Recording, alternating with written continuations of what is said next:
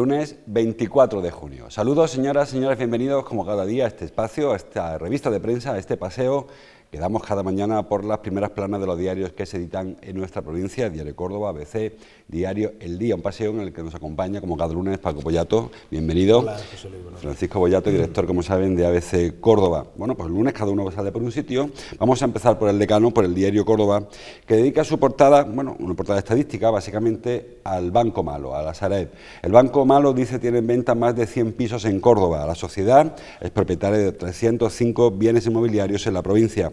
Sareb se ha deshecho ya de 147 activos por valor de 18,5 millones de euros en 6 años. Tiene cedidas, dice también, por completar, 17 casas para alquiler social y va a construir 300 en el Zoco y la Huerta de Santa Isabel. Bueno, en principio, esto de Sareb fue un lío, que es un tema financiero, que nos liaron un poquito, pero para que nos entendamos, la Sareb es un banco que fue comprando morosidad, básicamente, deudas que no se iban a pagar. Efectivamente, nació hace 7 años, digamos, en la cresta de la ola de la crisis, y básicamente lo que se dedicaba era comprarle créditos, en su mayor parte créditos, y también viviendas o solares a todas las cajas de ahorro, fundamentalmente, que por entonces eran las más perjudicadas por sus problemas de solvencia y por los riesgos que trajo la crisis económica, para intentar quitarle esos activos tóxicos que se llamaban. Mejorar la cuenta de resultados de esos bancos. Efectivamente, dentro de aquel amplio y extenso programa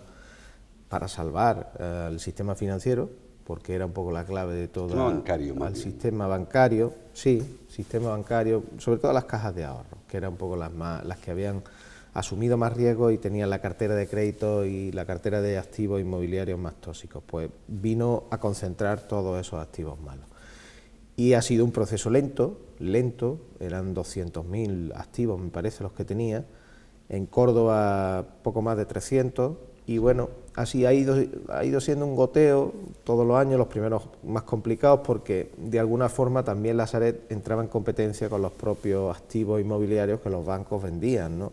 Era una época en la que todos querían desprenderse de esos activos, era muy difícil vender un piso, había que bajar las condiciones, mejorarlas incluso en precio, en condiciones de hipoteca, pero poco a poco se fue creando un circuito y un mercado propio de las entidades bancarias, la propia Sareb, que le ha ido permitiendo ir desalojando activos, ¿no? Como se indica en el titular, hasta 100 pisos, que no son muchos, visto con perspectiva y claro, 7 años, pero evidentemente ha formado parte de toda esa recuperación de activos que la mejora económica, por otro lado, de todos estos años ha ido permitiendo sacar adelante. Lo que ha hecho la Sareb ha sido comprar un piso con su crédito incorporado, exacto, de manera que era un crédito, esa era una compra a la pérdida, claro, es decir, claro, lo compró por 100.000 sabiendo que como mucho lo vendería por 50.000. Algo que asume el Estado. Era una manera de, bueno, vender mal, pero al menos vender. Vender algo. Y sacar cierto dinero por esos activos. Y de paso, liberar de los activos tóxicos a Caja Madrid y a, bueno, ¿cómo se llama? Entonces, yo no sé cómo se llama esa época. Bankia, Caja del Mediterráneo, que estaba muy expuesta y que o se les liberaba de aquello o no había quien las colocara. Sí, aunque luego fueron entrando casi todas, ¿no? Porque una en mayor medida que otras tenía muchísimos activos. Sí. En otros casos lo que ocurría, como pasó por ejemplo con Cajasur, cuando BBK se hace cargo de Cajasur, es que posteriormente en los años siguientes consigue que un fondo de riesgo estadounidense compre una cartera importante de activos, no solo de Cajasur, sino de todos los que tenía el grupo BBK, y fuese la que se quedase con todos esos fondos. Es decir, de alguna forma lo que entonces pasó, en este caso Sareb era un instrumento del Estado, pero los fondos de capital, los grandes fondos de riesgo, lo que vinieron es a limpiar y sanear todas esas zonas tóxicas y malas que tenían los balances y las cuentas de resultados de las entidades.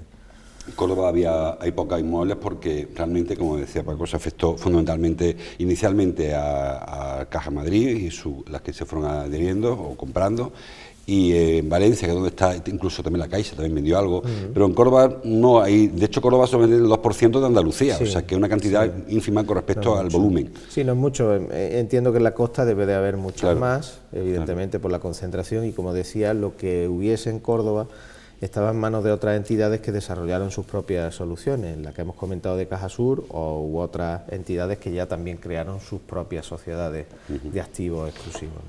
Es decir, que banco malo es un anglicismo, una traducción del inglés, de bad bank, que es otra cosa, es un banco para cosas malas, no que sea el banco malo en sí, y que en el caso de la Sareb, digo por limpiar un poquito la imagen del banco, ¿no? Que parece los perversos, y esta gente, esta familia está incluso, porque los paquetes compraron solares incluso, sí. Solares donde se han edificado luego ellos, vivienda social, y están intentando también aportar en lo que sea, y evitar además que de nuevo la burbuja inmobiliaria se infle. Efectivamente, una manera de regular el mercado para evitar que en momentos en los que está repuntando el precio, como los que pueden ser ahora, pues bueno, puede ser una especie de oferta a mitad de camino entre lo que es una vivienda de protección oficial, que tiene los precios tasados por ley, a lo que son los precios del mercado puro y duro. Entonces se establece una vía intermedia que, por otro lado, es lo que muchas veces se ha demandado, sí. ¿No? Se le ha demandado y se le demanda mucho, incluso, por ejemplo, en el Ayuntamiento de Córdoba, creo que una de las ideas que lleva en el programa el Partido Popular, ¿no? La construcción de una serie de viviendas que no esté dentro del corsé normativo de la vivienda de protección oficial, pero permite a un precio razonable que entren más fácilmente en el mercado y mucha gente puede acceder a ella, que no estamos viendo por contra otros precios porque ya empiezan a dispararse. Empiezan a subir. Bueno, continuamos. El titular del diario El Día, a 2 columnas para infraestructura sanitaria en este caso. Salud, dice, se refiere a la Consejería de Salud, Salud abrirá el nuevo centro de la Avenida de América el 28 de junio, el viernes, por fin. Han pasado 6 años desde que se pasó consulta por última vez, entonces en un centro de especialidades. Ahora abre como ambulatorio, o sea, como centro de salud, para sustituir al que hay en Colón. Una obra larguísima, que ha entrado también en varias vicisitudes, de estas que nos venimos relatando últimamente, entre contratas que se paran, entre cambio de definición incluso, porque si yo no recuerdo mal, la Junta se deshizo de la propiedad de muchos de sus edificios para luego alquilárselo a sí mismo, o sea, fue un lío, y ahí entró también este centro de salud. Sí, lo que iba a ser una reforma rápida se convirtió en una reforma que se ha letargado, ¿no? Y que evidentemente además es una pieza de la atención primaria en Córdoba muy importante, porque yo creo que por todos conocido en Córdoba la Avenida América, ¿no? Como le solemos llamar, ¿no? Y que además va a servir para desatascar y toda la concentración que se había producido en Colón, que era un poco el centro de salud que había quedado de referencia, aunque había otra parte de usuarios que habían sido derivados al nuevo centro de salud de Noreña, ¿no? A Carlos Castilla del Pino.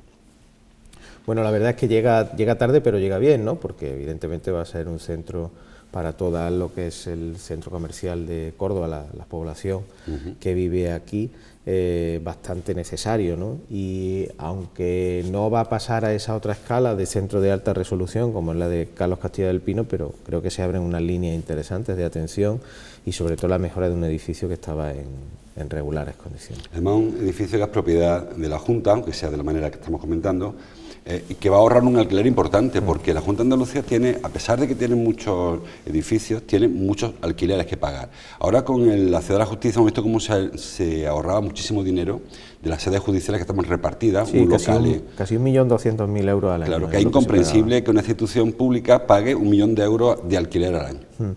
Sí, había una enorme dispersión, era una de las quejas más recurrentes de todos los actores y de todos los operadores jurídicos, y finalmente, bueno, han conseguido unificarlo en ese espacio tan magnífico que es la Ciudad de la Justicia, aunque es verdad que ahora la Junta tiene que ir devolviendo la operación de construcción de ese edificio, porque hay que recordar que lo asumió una empresa privada y ahora hay un canon anual por el que al final la obra va a salir por un pico, que se puede decir, claro, ¿no? Mucho más cara, pero bueno, es una manera de evitar ese largo listado de alquileres que tiene la Junta en Córdoba, que sigue teniendo, porque hay muchas sedes dispersas, hay algunas consejerías, como por ejemplo Bienestar Social, con 2 o 3 dependencias, son alquileres normalmente de locales, bueno, que dificultan al ciudadano la atención porque no está todo integrado y al final es un poco más gravoso que el poder tener edificios de propiedad. Pero sí es verdad lo que tú comentabas de que en su momento la Junta, para poder tener liquidez, también optó por esta operación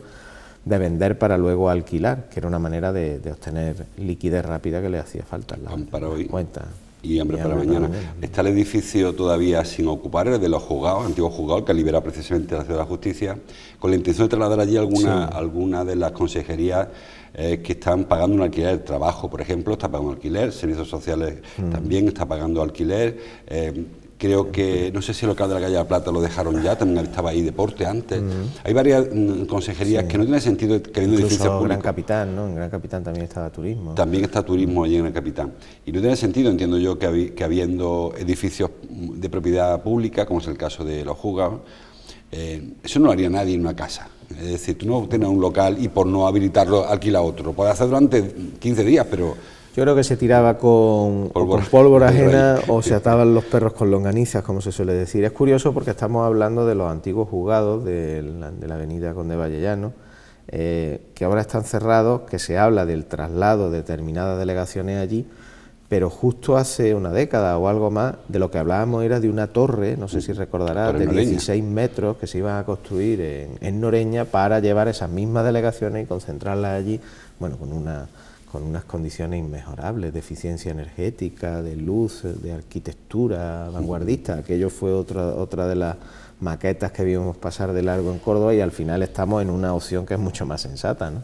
Que es un edificio importante, un edificio antiguo, por otro lado, creo que tiene más de 40 o casi 50 años, pero que hay que aprovechar y que vendría bien para aglutinar esos servicios. Para reunir servicios y abaratar, porque además no solamente el tema del alquiler, es que no es lo mismo, por ejemplo, la vigilancia de un edificio que la vigilancia de 5. En lo que llamamos nosotros los ministerios, el de uso múltiple, hay un sistema de vigilancia y hay 8 o 9 consejerías allí dentro. Supongo yo que también funcionará para servicios generales, para el registro de entrada, correos, mensajería, todo eso será mucho más barato si tienes reunido todo, por supuesto, que si no tienes la sede repartida. Y además en este caso estarían todavía una más cerca de la otra. Más cerca, incluso los dos edificios múltiples.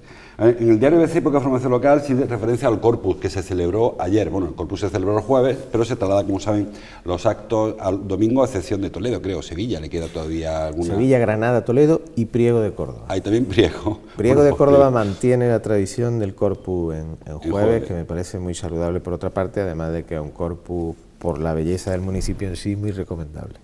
Bueno, pues ayer hubo procesión, como le digo, de Corpus. El Corpus, dice Diario ABC, impregna la ciudad de luz y de fe. Miles de devotos festejaron ayer el Día del Señor en una calurosa jornada. Bueno, calurosa pero menos, porque ya si llegase el domingo que viene hubiera sido otra cosa. La fiesta, como decía, estabas comentando, se trasladó del jueves al domingo. Es una de esas cosas que a veces no entiendes, ¿no? Porque una cosa es que tú puedas pasar un puente de un día para otro y otra cosa es que una celebración litúrgica pues se mueva. Yo entiendo que debiera respetarse, como si pasa el Viernes Santo al domingo, para que te caiga mejor. Es una decisión además que se replicó en casi toda España, salvo en estos sitios de los que estamos hablando, donde es verdad que el Corpus, por ejemplo en Granada es su feria y en Toledo hay un arraigo impresionante del Corpus, por lo que significa el Corpus, amén de Sevilla. Pero no está de más destacar que aquí en Córdoba podría ocurrir perfectamente lo mismo, ¿no? Tenemos un Corpus que quizás yo personalmente entiendo que es un día al que le hace falta un poco más de realce, quizás pueda venir relacionado con esto del cambio de día, no solo por la maravilla de custodia que tenemos, ¿no? Que artística y patrimonialmente es una auténtica joya con más de 500 años, ¿no? Sino por bueno, pues la influencia de la creencia católica, de la religión católica y la cantidad de católicos que hay en la sociedad cordobesa. Yo creo que se echa en falta un poco más de realce, el recorrido también está muy acortado, antes era un recorrido mucho más largo, coincidió en algunos años con unos fines de semana en los que se celebraban otra serie de eventos, como incluso la Noche Blanca del Flamenco, y aquello se convirtió un poco en un caos organizativo y quizás por eso se decidió optar por una vía de recorrido más corto, bueno, pues que tiene su solemnidad indudablemente, pero yo he hecho en falta quizá un poquito más de realce en esta celebración y en este día. Pero fue un día grande para los católicos ayer, que luego verán imágenes en otros programas de esta celebración. Vamos con las fotos. En el diario Córdoba las fotos para la oposición a magisterio, a maestros, que se celebraron ayer en toda España y en Córdoba también. 3.500 personas acudieron a Rabanales a presentarse a la primera prueba. De estas pruebas son selectivas, son pruebas eliminatorias, quiero decir. La verdad que no hay muchos opositores para muchas plazas, es decir, son 3.800 plazas, creo, ¿no? Y son 32.000 opositores, no llega a uno por plaza, o sea, 10 por plaza. Algo que en este tipo de oposiciones, sobre todo cuando hace tanto tiempo que no hubo oposición. Bueno, es verdad que es que hay oposiciones, o ha habido oposiciones este fin de semana en toda España del cuerpo docente. se hablaba exactamente de más de 200.000 personas, las que se habían presentado en toda España. Quizá eso es lo que haya producido un reparto de los aspirantes por todas las comunidades autónomas. Hubo exámenes en casi todas las comunidades el sábado y en Andalucía han sido el domingo. Cuando eso se produce, evidentemente hay un reparto de todos los aspirantes. Ha habido otras ocasiones en donde solo se producía la convocatoria en Andalucía y el efecto llamada y reclamo a personas de otras comunidades se notaba mucho en las pruebas. Bueno, pues ayer hubo este examen Rabanales, cuando los que lo superen tendrán luego que hacer la siguiente prueba y al final quedarán los que aspiren a las 3.800 plazas de maestros convocadas por la Junta de Andalucía. La foto del diario El Día, nos metemos en el tema deportivo, es para Fátima Gálvez, que ha conseguido el pasaporte para Tokio 2020. Bueno, una gran noticia, muy esperada, o sea, quiero decir, que parecía evidente que iba a entrar Fátima, serán sus terceros Juegos Olímpicos, algo que no es nada habitual. No, quizás porque estamos acostumbrados a que es una deportista que suele estar siempre en las grandes citas y cosechar muchos triunfos, le restamos cierta importancia a las cosas que va consiguiendo, y tú lo acabas de comentar, ¿no? No sé qué deportista cordobés habrá estado en 3 citas olímpicas, no creo recordar ahora mismo que haya ninguno. Quizá Felipe Reyes. O Rafa Lozano, ¿no? En boxeo puede que haya estado en 3 citas olímpicas, Reyes y Fátima Gálvez, ¿no? Porque no sé si Lourdes Moedano completó 2 presencias, ¿no? Con lo cual el valor es enorme, ¿no? Y además siempre con la vitola de estar entre las primeras, ¿no? Estar entre las favoritas. Sí, el diploma olímpico se trae siempre. Siempre, incluso con las posibilidades de medalla, con lo cual hay que destacar muy mucho la trayectoria de esta deportista baenense. Efectivamente, así que enhorabuena para Fátima, que ha conseguido una medalla de bronce en un campeonato de Europa o algo parecido, y eso le permite acceder a la Olimpiada del verano que viene. Ya estamos en pues el que viene, en 2020 tendremos a Fátima compitiendo. El diario ABC trae la página 1 una encuesta que me he saltado muy rápidamente porque es de ámbito general y demás. Es una encuesta que para que se produjera hace falta primero una serie de episodios, ¿no? Habla de qué ocurriría si al final no hubiese acuerdo entre el PSOE y Podemos y hubiese que repetir elecciones. Y ahí lo tienen, pues se consolida una cosa que ya hemos estado viendo en las últimas elecciones, que es que volvemos al bipartidismo, que se hunden los partidos que se llamaron emergentes. Ciudadanos se mantiene con dificultad, pero vuelve el bipartidismo. Parece que no ha convencido mucho esto de los experimentos, de los partidos emergentes, Podemos y Vox sobre todo, y vemos como volvemos a cifras muy similares a las que había antes del 15M. Sí, lo que hay, ya hemos tenido ocasión de verlo en las elecciones municipales, sí, ¿no? Donde ha empezado a haber un trasvase de voto, una recuperación del voto al Partido Popular, por la enseñanza de las propias elecciones en sí, de lo que ha supuesto la fragmentación del voto. Y en ese sentido, en el otro lado, digámoslo así, esa relación entre Podemos y el PSOE, pues ha ocurrido lo mismo. Ya viene dándose desde hace un tiempo pues el abandono de mucho electorado de Podemos, pues por la propia fisonomía que sigue presentando Podemos, por la continua batalla interna que hay entre sus líderes, por sus postulados que no convencen ya a muchos de los electores que en su día fueron capaces de captar también en otro contexto socioeconómico, y porque ahora mismo hay un partido socialista fuerte, entre comillas, fuerte pero sólido, en ese sentido, que está recuperando mucho voto, ¿no? Del que le quitó precisamente la formación morada. Hay una tendencia al bipartidismo con ese papel de árbitro de Ciudadanos, que en lo numérico es así, en lo ideológico parece que sigue estando más situado a la derecha y con una de las obsesiones que tiene Albert Rivera de convertirse en el jefe de la oposición, ¿no? El provocar el sorpaso al Partido Popular, que de momento no ha conseguido. Sí, pero da la sensación un poco que Rivera está jugando un papel ahora de derrimarse a la derecha porque el enemigo está a la izquierda. No sé qué ocurriría si fuese, como ocurrió en la época de Rajoy, el PP, el que estuviera en opción de gobernar, igual estaría volcado hacia la izquierda, forzando. Probablemente no. Todo esto responde a una estrategia, está claro, ¿no? Habría que recordar que Albert Rivera llegó a firmar un acuerdo de gobierno con Pedro Sánchez, claro, me parece, en uno de los salones del Congreso, ¿no? Sí. El del abrazo. Sí. Efectivamente. Y ahora, sin embargo, quizá esté en esa estrategia de acentuar su distancia con Sánchez para reforzar su papel como alternativa, para poder superar al PP, que ha estado en horas bajas, que ha estado a punto, no ha estado a punto, pero casi, ¿no?, de perder esa posición. El PP ha aguantado, entonces Ciudadanos Después de todas estas citas electorales, ahora se le demanda que intente hacer un acuerdo con Sánchez, ¿no? Que dentro de los resultados que ha habido podría ser lo más sensato, ¿no? Un acuerdo entre Sánchez, Podemos, fuerzas nacionalistas, filoterroristas, etcétera, etcétera. Que creo que no se va a producir y que Ciudadanos va a jugar en este mandato a acentuar esa posición de alternativa, siempre a la contra del gobierno. Claro, por eso digo que lo hizo en su día con Rajoy, efectivamente. Claro, con la veleta naranja que le llamaba Vox. Que, efectivamente, y ahora sin embargo pues ha terminado pues incluso pactando algunas alcaldías con Vox, claro. Y sobre todo porque ahora se ha notado que ha dado varios pasos hacia adelante, ¿no? Digamos que después de esta triada de elecciones, Ciudadanos está llegando ya a los gobiernos, a la gestión. Tenemos el ejemplo de Córdoba, tenemos el ejemplo de la Junta de Andalucía, tenemos el ejemplo de la Comunidad de Madrid, de muchísimos sitios. Granada con alcalde. Granada, donde además ya el alcalde ya ha pasado un poco de esa situación cómoda y confortable de poder hablar de sus principios sin entrar a gobernar y gestionar, que es muy distinto, y ahora entra en una segunda etapa que yo creo que considera necesaria para armarse como esa alternativa única a lo que es la izquierda.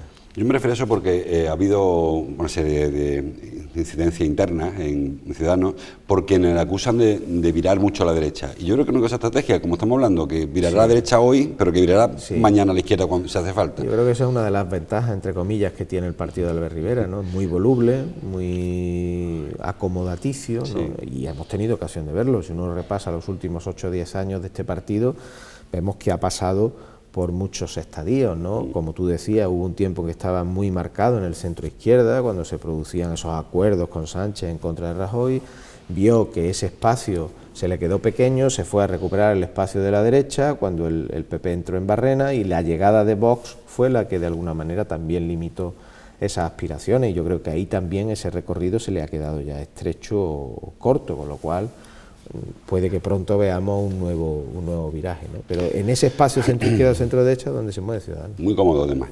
Bueno, seguimos con el sumario. En el diario Córdoba hay una referencia última, bueno, hay una referencia en el sentido de apertura a un tema propio. Hoy inaugura una exposición acerca de la donación, Corazón de Córdoba se llama, y al margen de eso lo ven en el sumario, dice más de 6.300 dependientes esperan en Córdoba una prestación ya reconocida. Bueno, esto es una cifra escandalosa, pero va a la baja esa cifra, es decir, que vamos progresando adecuadamente, quizá mucho más lento de lo que quisieran las personas que están a la espera de un diagnóstico o de la prestación, pero hubo un plan de choque de la Junta este verano, ¿no? O sea, bueno, la Junta lleva desde enero.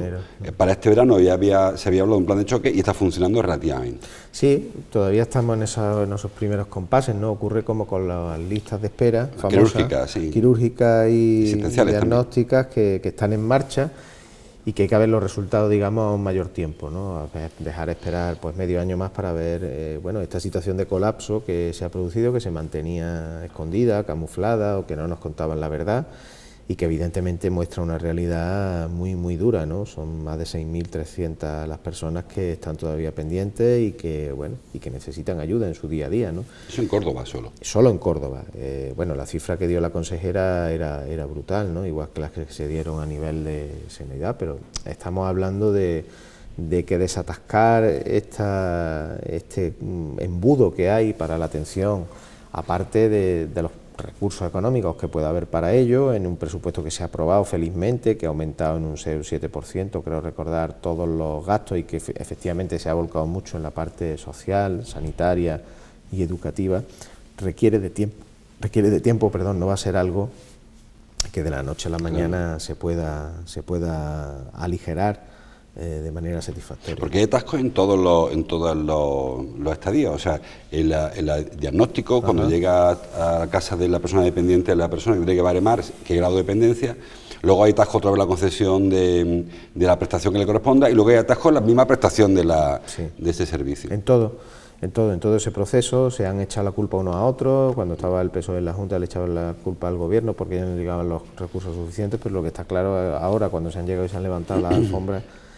es que había un colapso incomprensible, por otra parte, porque nunca se dejó de repetir y de prometer y de ahondar en que las políticas que se seguían en materia de dependientes, todo eran conquistas, todo eran mejoras, y sin embargo, en lo básico, en la determinación del grado de dependencia y en todo el recorrido hasta la atención plena de lo que correspondiese, pues que no existían, ¿no? Y por no hablar ya de los casos de personas que han fallecido sin poder disfrutar de ese servicio. Bueno, dos temas rápidos que se nos echa el tiempo encima. Dice el diario El Día que la Guardia Civil detiene en lo que va de año 8 personas por incendios forestales. Hay que recordar que vamos a entrar en alerta roja el miércoles, creo.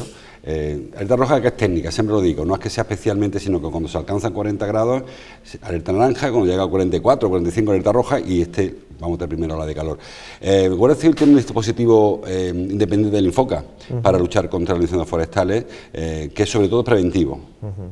Sí, toda la actuación de investigación que realiza el SEPRONA y que, bueno, en los periodos en los que no son controvertidos o no están las máximas cautelas, que van desde octubre, lo que es otoño-invierno o parte de la primavera, pues es donde ellos realizan esas tareas, esas labores, ¿no?, más preventivas y de investigación, ¿no?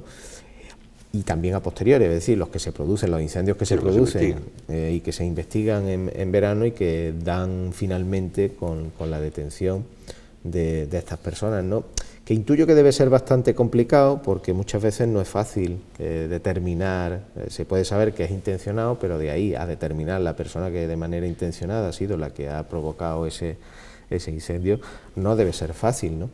Y bueno, afortunadamente no parece que sea una cifra tampoco excesivamente alta y alarmante para las consecuencias tan graves que tienen este tipo de sucesos. Me refiero a una campaña que pone en marcha por Guardia Civil para evitar los incendios que no son intencionados, es decir, incendios fortuitos del quince de Perol, quema de rastrojos, etcétera, etcétera. Por eso habla de prevención. Luego, lógicamente, la investigación sí que se encarga también de los delitos. Y terminamos el tema de los rastrojos. Exactamente, rastrojos, las barbacoas, que sigue habiendo gente que se va al campo y quiere que aquí se limpia un poquito la zona de matojo, ya no arde. Y no, una pavesa que salte, arde. Y a ver quién para luego eso, como está el campo de seco. Para terminar, el diario ABC hace una referencia a población en barrios de Córdoba. Titula: Levante, sureste y centro, los distritos con más pérdida de vecinos en una década. Bueno, Córdoba está creciendo y aunque parezca que crece desordenadamente, se ordena el crecimiento. O sea, si los barrios se facilita la construcción de vivienda en la zona de Poniente, lógicamente los vecinos son los mismos, si estamos viendo que Córdoba no crece en población, con lo cual se esfuerza quizá que el centro histórico pierda población, que se vaya a Poniente o que se vaya a la zona del norte. Ahí hay dos efectos rápidamente. En la última década la población de Córdoba capital ha ido decreciendo. O al menos se ha congelado. Y en una congelación hacia la baja, porque no es capaz de terminar de romper esa barrera de los 330.000 habitantes. Y en segundo lugar, efectivamente, a la hora de bajar a los distritos es donde vemos que hay cierto desplazamiento de la población. Influyen dos cuestiones: se han podido ir personas inmigrantes que vinieron en un momento determinado, incluso personas oriundas de Córdoba que se van a ganarse la vida fuera. Y los que se quedan, se produce un movimiento evidentemente hacia nuevas zonas expansivas. Quizás el entrar en el detalle de la población por barrio, de la que prácticamente tenemos un agujero importante de información en el Ayuntamiento de Córdoba, si uno entra ve que los últimos datos pueden ser de hace 5 o 6 años, esto lo que responde un poco es a dar pistas de zonas, barrios de la ciudad donde nos podemos encontrar problemas si no nos los estamos encontrando ya, ¿no? Sobre todo el centro histórico, el centro comercial, al que aludimos mucho en cuanto a los pisos turísticos, a la incomodidad de vivir, a los problemas de tráfico, pero se unen dos zonas muy pobladas de Córdoba, siempre como han sido Levante y como han sido el sector sur, donde está claro que faltan alternativas. Sureste, Fuensanta Cañero, faltan alternativas para que esa población se pueda retener ahí. Nos podemos encontrar que estamos hablando de barrios con 50, 60 años, como está ocurriendo ahora mismo en Ciudad Jardín, donde de verdad sea necesario entrar con planes